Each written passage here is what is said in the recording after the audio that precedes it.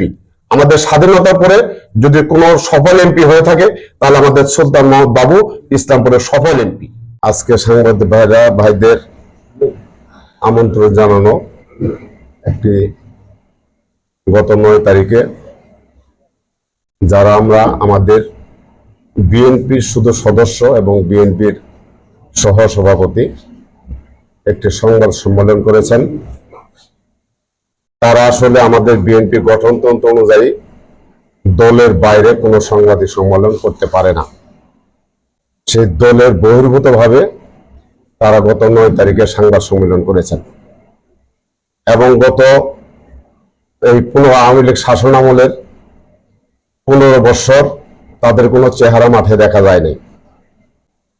মাঠে তারা কোনোদিন আন্দোলন সংগ্রামও করে নাই, কোনো মিছিল মিটিংও তারা করতে পারেনি। তারা 5 তারিখে বৈষম্যবিরোধী ছাত্র আন্দোলনের যখন বিজয় হয়েছে, খুনি হাসিনা যখন বাংলাদেশ ছেড়ে পালিয়ে গেছে, সেই সময় তারা আবার বিএনপির নামধারী হয়ে তারা আবার ইসলামপুর মৌজা বিএনপিতে আবির্ভূত হয়েছে।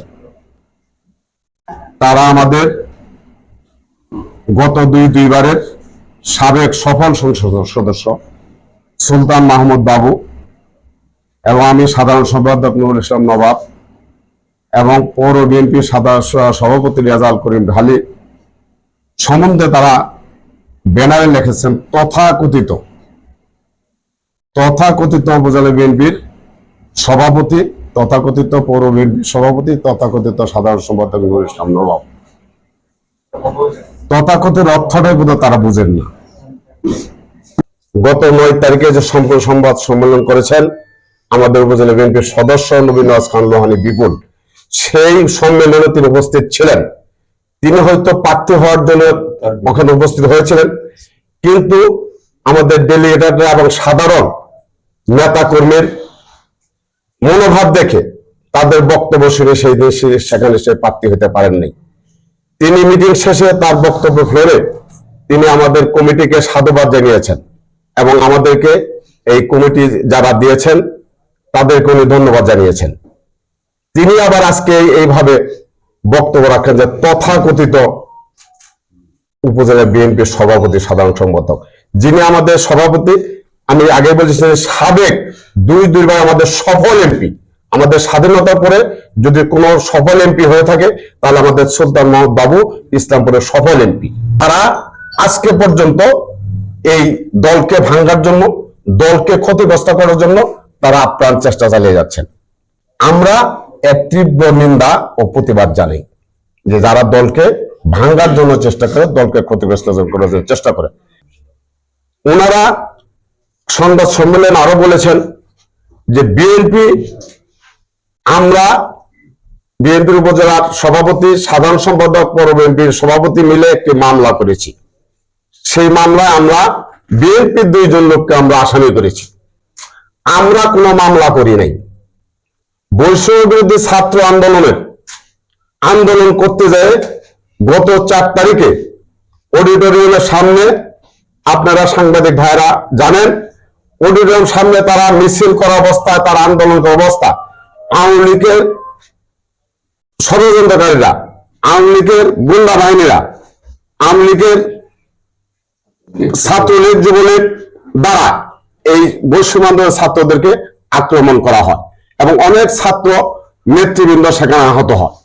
আহত হওয়ার পরে গত 5 তারিখে যখন দ্বিতীয়বারের মতো বাংলাদেশ আবার স্বাধীন হয়, শেখ হাসিনা যখন বাংলাদেশ থেকে পালিয়ে যায়, তার পরবর্তী সময়ে দেশের বিভিন্ন স্থানে এরকম মামলা হয়েছে। যারা আহত নিহত হয়েছেন তাদের বিরুদ্ধে অনেক মামলা মোকদ্দমা হয়েছে। সেই ধারাবাহিকতা ইসলামপুরের বৈষম্যবিরোধী ছাত্র আন্দোলন একটি মামলা করেছেন। সেই মামলায় 31 জনকে আসামি করে অজ্ঞাত 80-90 জনকে অজ্ঞাত করে সেই মামলাটা এফআইআর হয়েছে আমার জানা মতে। এই মামলায় যারা ওখানে উপস্থিত ছিলেন তাদের বিরুদ্ধে করা হয়েছে, যারা আওয়ামী লীগ এখনো ষড়যন্ত্র চালিয়ে যাচ্ছে তাদের বিরুদ্ধে করা হয়েছে এবং যারা অজ্ঞাতনামা তারা আমার মাধ্যমে ওসি সাহেবকে তারা অনুরোধ জানিয়েছেন যে আমরা যারা আসামি করেছি এই আসামিদেরকে আইনের আওতা আনা হোক এবং ভিডিও ফুটেজ দেখে যারা সেই সময় আমাদের আক্রমণ করেছে তাদেরকে আইনের আওতা আনা হোক। পাতুশ ইউনিয়নের 5 নং ওয়ার্ডের 2 জন ছেলেকে তারা বিএনপি ছেলে বলে দাবি করেছে। আসলে যারা বিএনপি করে তারা বিএনপি ছেলেদেরকে চিনে, যারা আওয়ামী লীগ করে তারা আওয়ামী লীগ ছেলেদের চিনে। কারণ যারা আজকে বিএনপি বলে দাবি করছেন তারা গত 15 বছরে কোন বিএনপি নেতা কর্মীদের সাথে তারা মিশেন নাই।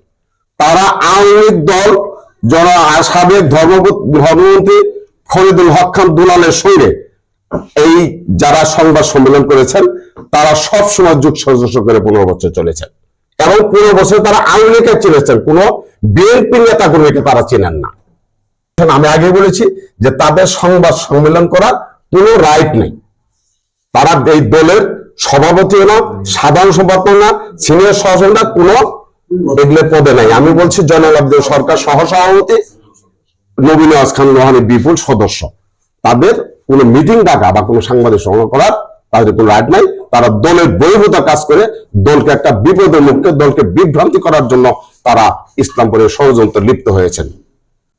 এখানে একটা ছেলের কথা বলা হয়েছে, পিয়াস, তিনি আর কি যুব নেতা, তিনি আর কি যুব নেতা। তাকে আমি 15 বছরও কোনোখানে দেখি নাই। আসলো পিয়াস নামে একটি ছেলে চাঁদাবাজি করে চলছে, সে কি আপনার দলের কোনো সদস্য? আমি তাকে বলেছিলাম পিয়াস আমাদের দলের কোনো সদস্য না, আপনারা আইনি প্রক্রিয়া তার ব্যবস্থা নেন।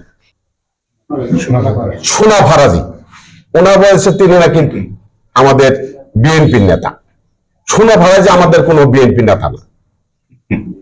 আমি কোনোদিন তাকে আন্দোলন সংগ্রামও দেখি নাই এবং আমার কাছেও কোনোদিন আমি আজ পর্যন্ত তাকে দেখি নাই যে আমি বিএনপি করি আপনার কাছে আসলাম, আমি তাকে দেখি নাই। মামলা হওয়ার পরে ফোন করেছিলেন আমার কাছে যে আমাকে করা হয়েছে, আসামি করা হয়েছে। আমি বললাম তুমি কি করো, বিএনপি করো না আওয়ামী লীগ করো? পরিবারের সবাই আওয়ামী লীগ করে, আমি বিএনপি করি। আমি বললাম তোমাকে জীবনে কোনোদিন দেখি নাই, তোমাকে তো জীবনে কোনোদিন দেখি নাই। বলে ভাই আমাকে মামলা থেকে যাই করি এখন আমি বিএনপি করবো, মামলা থেকেই করে। বলে ভাই মামলাটা তো আমি করি নাই, বাদীও আমি না। এটা বৈষম্য বিরুদ্ধে ছাত্র আন্দোলন মামলা করেছে, তারা বাদী হয়েছে, তাদের কাছে যোগাযোগ করলে আপনি হয়তো ফল পেতে পারেন। কিন্তু আপনি বিএনপির সদস্য না, এটা সব করে স্বীকার করে যান যে আমি বিএনপির কোনো সদস্য না। তার কাছে কোনো সদস্যের কোনো কমিটিতে তার কাছে আমাদের কোনো নাম নাই। কাজে তারা যে দাবি করেছে তারা বিএনপির লোক, বিএনপির সদস্য, ওনারা কোনোদিন বিএনপি করেও নেই, বিএনপির সদস্যও না। তারা আওয়ামী লীগকে এখন বিএনপি বানায় চলছে। কারণ একটা জিনিস বাস্তবতা আপনারা জানেন যে ইসলামপুরের সুলতান মাহমুদ বাবু বিকল্প নাই।